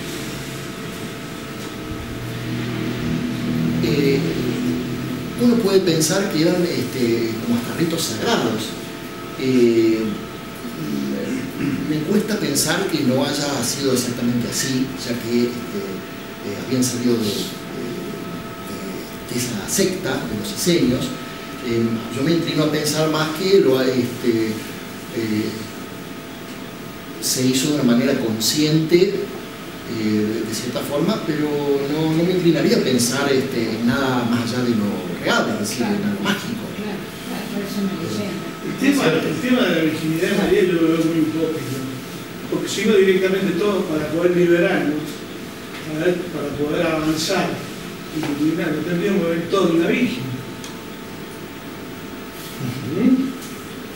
Y no es así, nosotros venimos de la carne y lo que tenemos que hacer es avanzar a través de todo lo que nos brinda la teosofía, a través de la purificación física, la purificación astral, la purificación mental.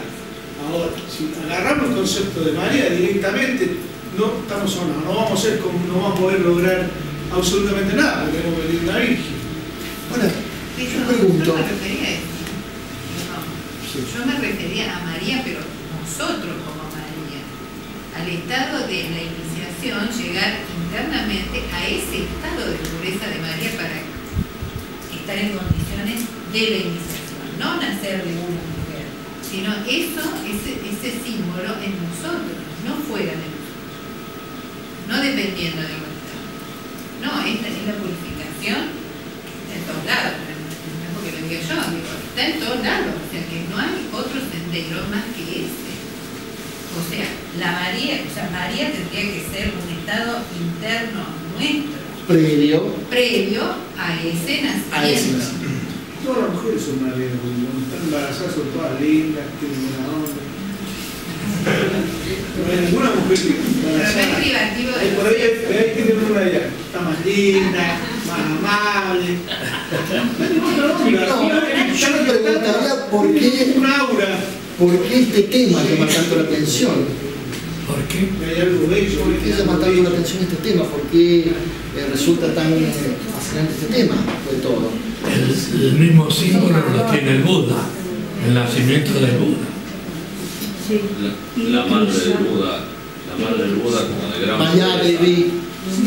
Maya, la madre Pero de quizás porque se contrapone con la cuestión física, pareciera, aparentemente. No sé, yo creo que por ahí, no, ¿cómo?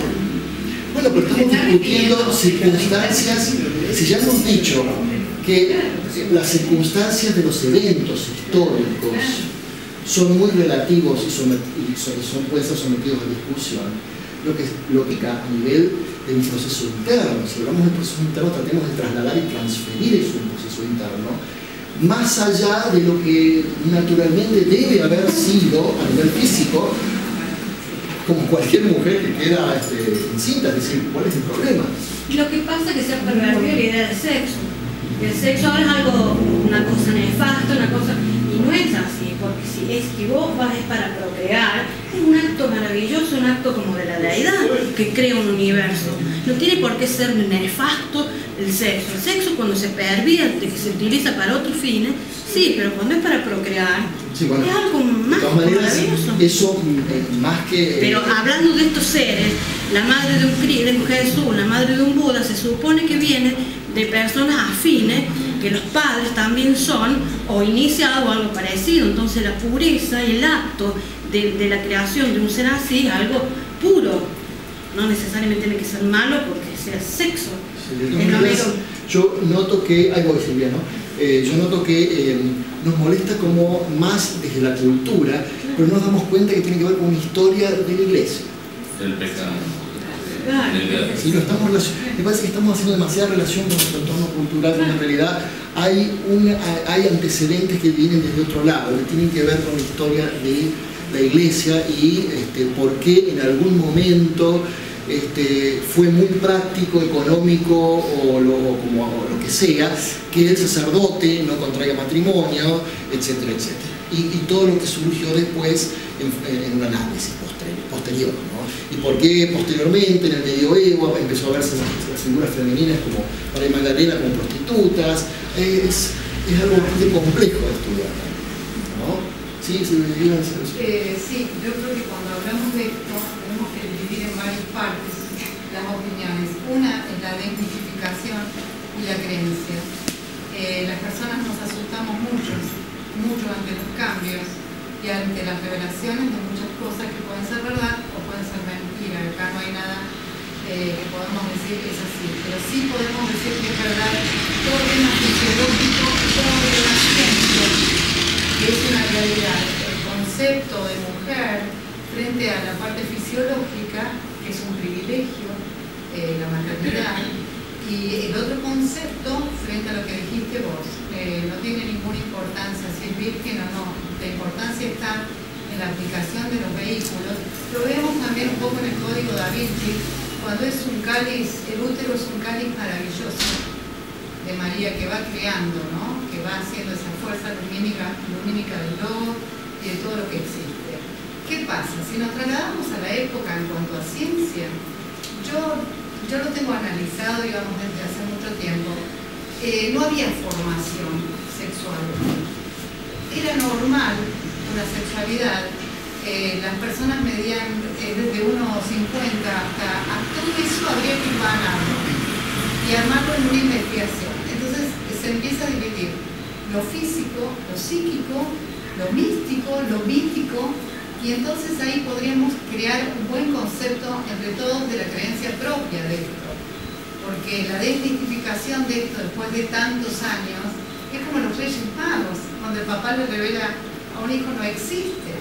Esto es un efecto shock que realmente a lo mejor en cada uno está la propia verdad. Lo que creo es que la ciencia está diciendo que somos materia y que la virginidad, la expresión de la virginidad no empieza por la materia, empieza por el tema de la dispersión de los vehículos.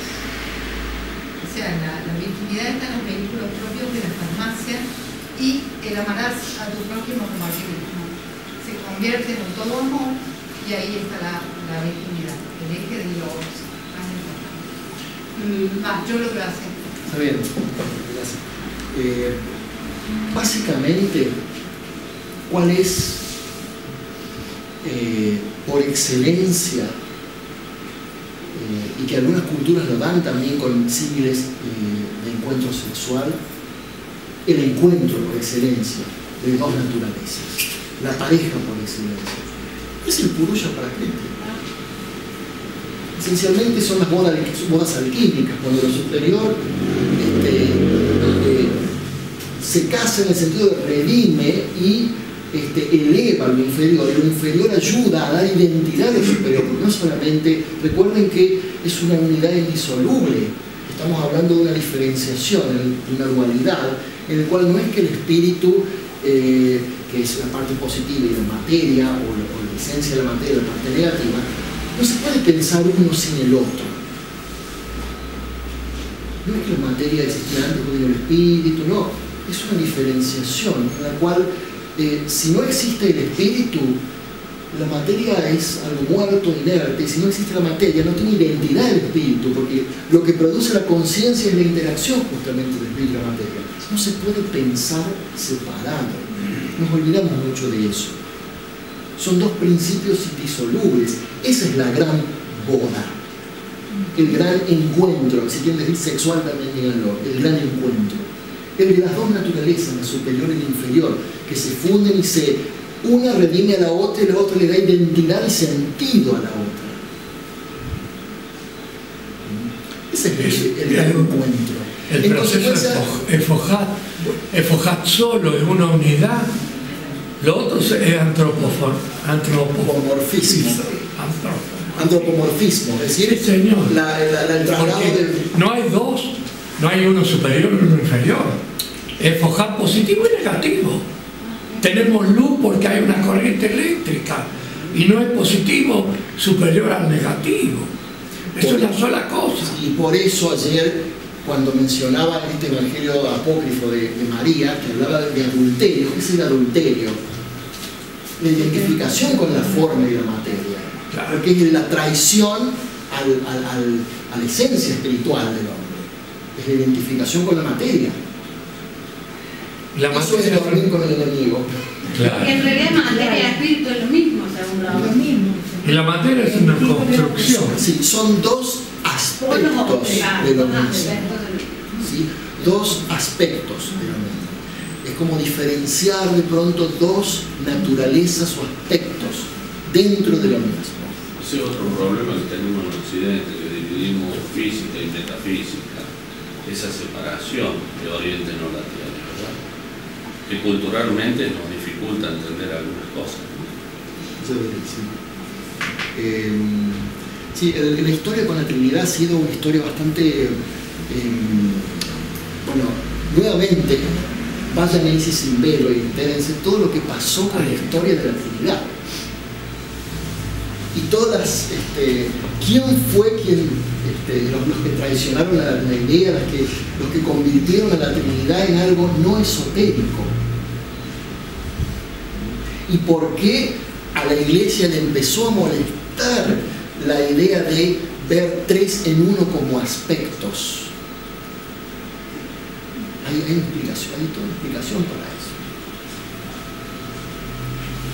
que uno investiga en lo precósmico, antes de esa Trinidad, la Trinidad primera, prima, y se da cuenta que es una unidad que va moviendo vibraciones y en la que estamos todos inmersos, porque no podemos estar sin tener ese sustento de eso precósmico. Entonces hay algo que es universal, y meditar y reflexionar sobre la palabra universal es muy iluminador, porque nosotros hacemos todo material y separado, por lo tanto. Quitar ese sentido de separación. Lo universal es lo que está en todo. No hay ningún cuerpo que no sea compuesto por partículas vivas. Llamémosle átomos, moléculas, lo que queramos ponerle. Los cuerpos que se arman de materia se arman con partículas vivas porque tienen vida. No hay nada muerto en la naturaleza. Entonces, si empezamos por ahí, hace falta mucha reflexión real. Y entonces toda esa lucubración de la mente artística desaparece. Porque es una conformación física, eminentemente geométrica, o, como decía Pitágoras, matemática. No hay nada que ver de eso, del sentimentalismo y los problemas de la influencia de la emoción y de las sensaciones. No existe ese ser en esos estados.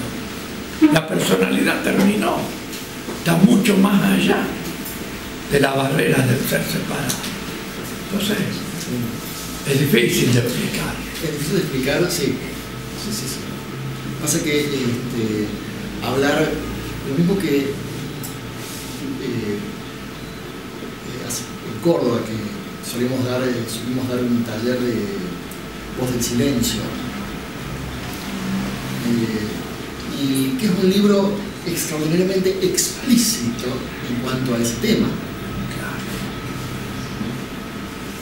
Y se hace difícil porque, como dijimos ayer, nuestra cultura nos enseña que no desear significa estar muerto, estar sin vida, que el sentido de la vida es justamente perseguir deseos, sentir emociones. Y a eso Annie Besant, en el poder del pensamiento, responde: ¿cuántas vibraciones tan sutiles nos estaremos perdiendo por eso? ¿Cuántas sutilezas, cuánta exquisitez en el universo que tiene que ver con planos muy superiores estamos impidiendo que entren y penetren en nuestra conciencia por tener esta barrera? Siempre perdemos de vista y como que ocultamos que realmente esto que tenemos acá es un animal. El que te está hablando es un animal. Sí, el que te está hablando es un animal.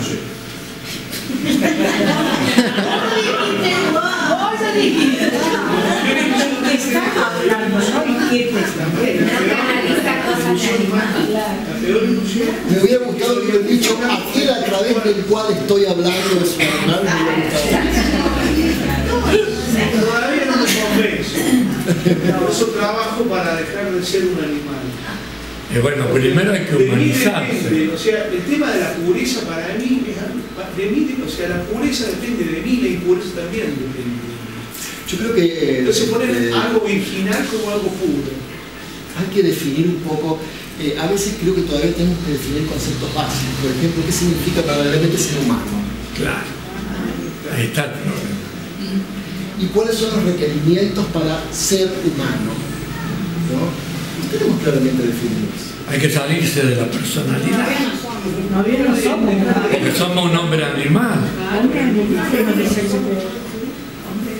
Cuando uno logra salir de la personalidad y que la personalidad le responda como un caballo bien domado, entonces está humanizado y la dirige. Si la diriges de un lugar, que todos los seres son unos con ese ser que está dirigiendo la personalidad. Ahí hay algo que hay que meditarlo mucho para entenderlo. Y después se da cuenta uno el trabajo que cuesta domar el potro, que tiene hábitos adquiridos durante milenios. Entonces estamos frente a nosotros mismos.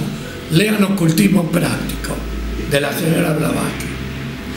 Y ella va a decir, le va a mostrar lo que es ser un ocultista y lo que es ser un teósofo. Y ella dice, ser un teósofo es fácil. Y cuando describe lo que es un teósofo, y bueno, a uno se le caen los pantalones, a la chica se le caerá la bombacha del susto. Claro. Fíjense que cuando frente al aprendizaje de algo, uno tiene conciencia de lo que implica, por ejemplo, un hábito, ¿no? No sé si será real o no esta afirmación de Einstein, porque hay tantas cosas apócrifas que uno realmente nunca sabe. Circulan tantas cosas que dicen que son de Borges y no son de Borges, que yo dudo hasta que sea una afirmación de Einstein. Pero si no lo ves, si no me veo, Ben Trovato, que dice que es más difícil romper más fácil romper un átomo que un hábito. El hábito es realmente digno de estudio para que tendría que haber realmente ocultistas estudiando este fenómeno que tiene que ver con la inercia, el statu quo de los vehículos que fijan comportamientos y qué relación tan íntima con el karma hay en estos comportamientos que se fijan y se repiten y que llega un momento en que al estar tan repetidos y fijados se vuelven tan profundamente hábitos que es tan difícil erradicarlos. Uno le da poca atención a eso. Y si uno observa cuando, por ejemplo, estudiantes especialmente de hoy en día estudian un instrumento, como tiene alguien aprender una sonata de Beethoven, y la clásica afirmación de en mi casa me sale. Y uno empieza a investigar y ve que las circunstancias que rodean al estudio son tan improvisadas, y entonces uno se pregunta, si uno todos los días durante una semana realizó un estudio con mente dispersa, con desorden, ¿cómo puede pretender que una vez a la semana naturalmente uno se ponga en orden y ubique la mente? Si no ha acostumbrado hasta en los íntimos detalles al orden. Porque al fin y al cabo, sabiendo que nuestra mente concreta es solamente una parte, uno podría también trabajar con ese otro lado de la mente, al menos acostumbrando al vehículo a repetir y tener buenos hábitos. Como por ejemplo, un buen hábito sería, de repente, en el caso de un músico, tratar de lograr un pasaje técnico a través de mucho esfuerzo, pero ¿cómo lo hace? Lo hace tocando muy lento y con mucha concentración. Y al repetirlo durante mucho tiempo, abandonarlo un tiempo y volverlo a tomar, eso germina, madura, se macera y llega a un punto en donde la persona ni siquiera piensa que lo hace solo. Claro, hay que tener en cuenta que el hábito es un ser vivo. Porque ha creado. Claro, porque está compuesto de constituyentes que tienen que ir hacia la materialidad, tienen que llegar a ser mineral. Y nosotros lo tenemos a nivel pensamiento o deseo o sensación. Y ellos, su camino es descender. Y nosotros queremos ser espirituales ascendiendo en el arco evolutivo. Y tenemos que luchar contra todos esos seres vivos que los hemos construido. No son cosas muertas que las vamos a manejar. Le paso el plumero y saco todo el polvo. No. Es todo vivo eso, tiene vida propia. Si no, vean cuántas veces el hábito lo vence. Cuando uno dice, esto no lo voy a hacer más, y se da cuenta en los 10 minutos que ya lo está haciendo. ¿Por qué? Porque el hábito tomó el comando y se acabó la conciencia del ser interno. Yo no lo entablaría como lucha, yo lo entablaría dentro del observador y el observador. uno cuando empieza a observar ese hábito a través de la meditación, ese hábito en un momento dado deja de ser. Ahora, si yo estaba en una lucha con ese hábito se va a volver más fuerte. Sí, más fuerte. No, pero se trata justamente de lo que de eso. pasa a los curas cuando hablan de Brahmacharya, de Celibato y no son serios. Sí, pero justamente eso lo aconseja muy bien a nivel en el poder del pensamiento. La clave no es justamente oponerse a la fuerza, sino de crear un nuevo centro de dirección en el sentido. Sacarle la mente. Es decir, si una persona tiene un hábito y se la pasa, supongamos, rezando para vencer ese hábito, le está dando tanta energía ese hábito que va a ser cada vez peor. Claro. Termina siendo un condicionamiento. Y termina siendo una limitación. Siempre es una limitación. Conocer, fíjense lo importante que es conocer la constitución del hombre. Y conocer la materia y tratar de tener percepción, y a través de la observación y la atención profunda, tener percepción de cómo funciona cada vehículo, qué reacciones tiene, cómo la materia de ese vehículo va funcionando y ejerciendo su presión. Como por ejemplo, ciertas urdimbre de la mente se alían con la materia astral y genera estas reacciones de kama manas y distinguirlas e interceptarlas a tiempo. Es decir, es un trabajo de una atención extrema. Es el objetivo de la meditación en la mañana.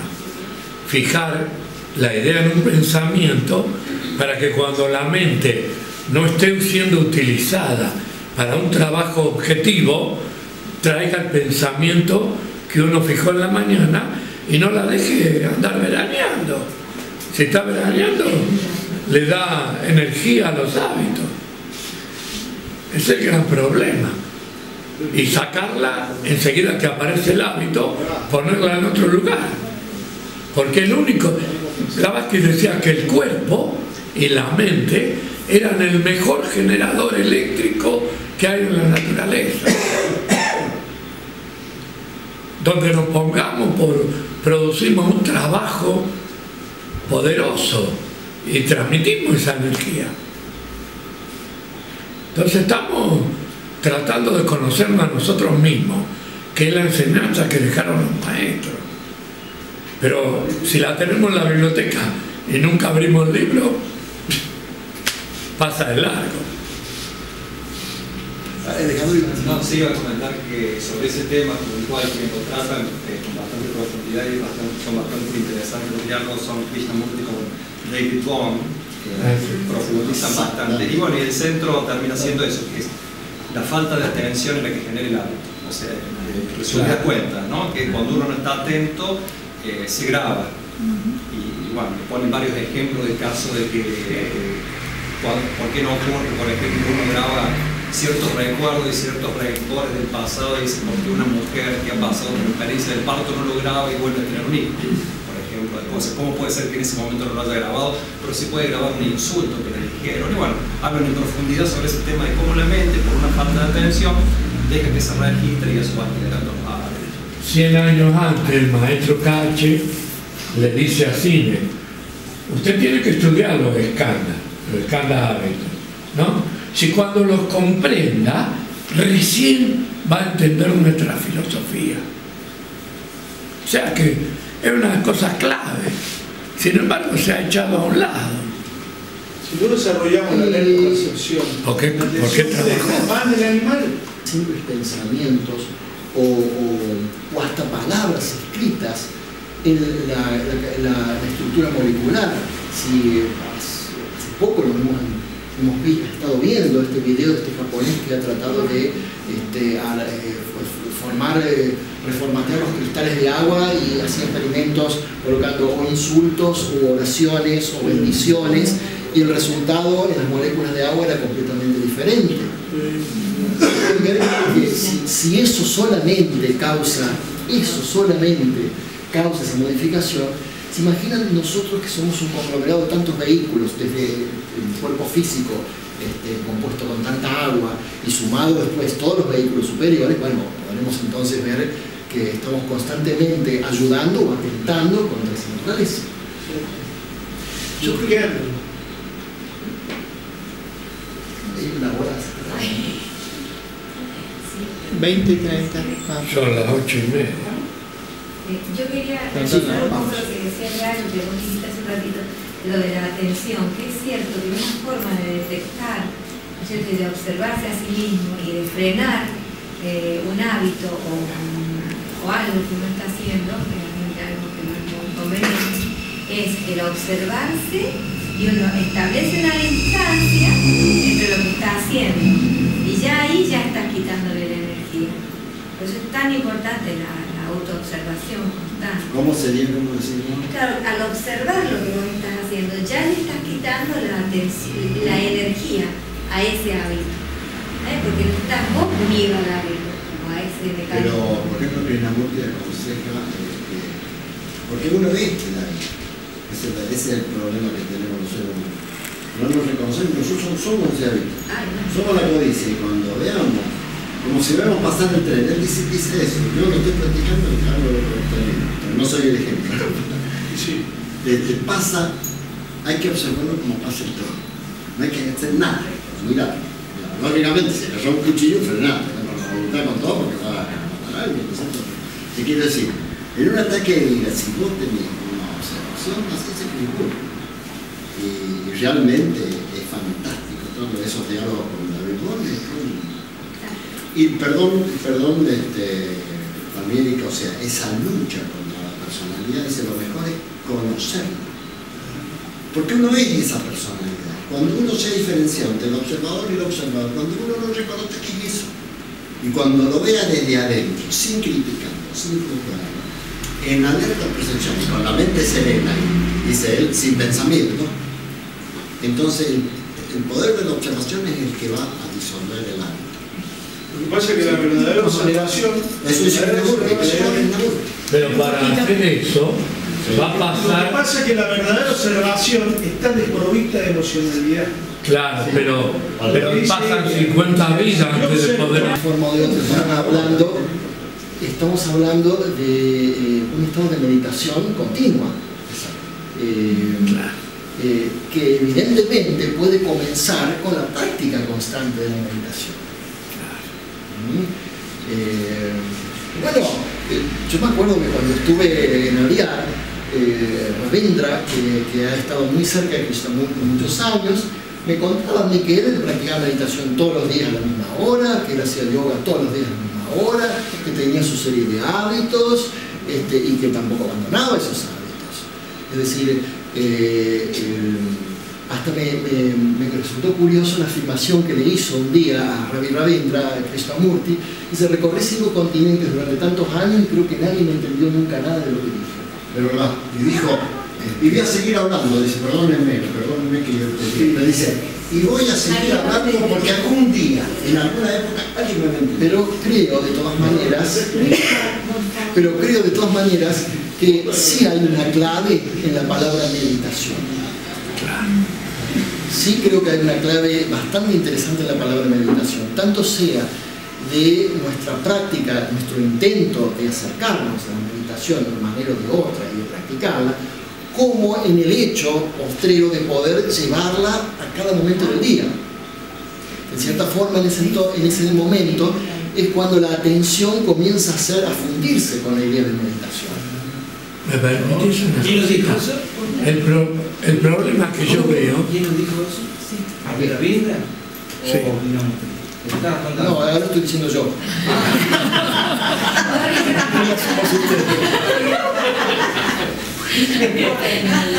Yo creo que la conclusión que saco yo. Hay que tener una cosa en cuenta. En la yoga de Patanjali, meditación está después de yama, niyama, pratyahara, que es salir de lo, poder ser, anular los sentidos, concentración, y recién después va a venir meditación.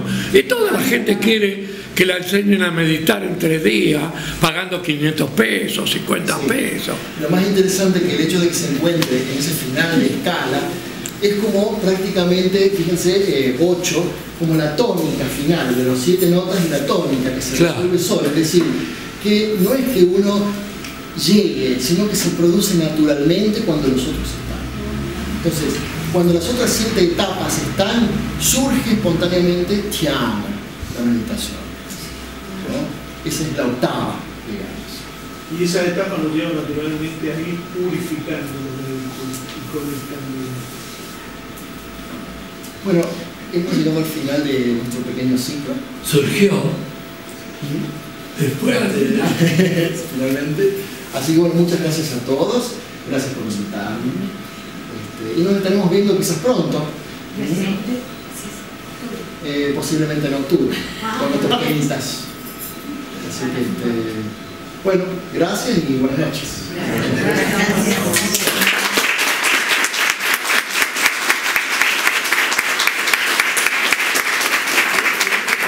Qué lindo que rompen el ambiente, ¿eh?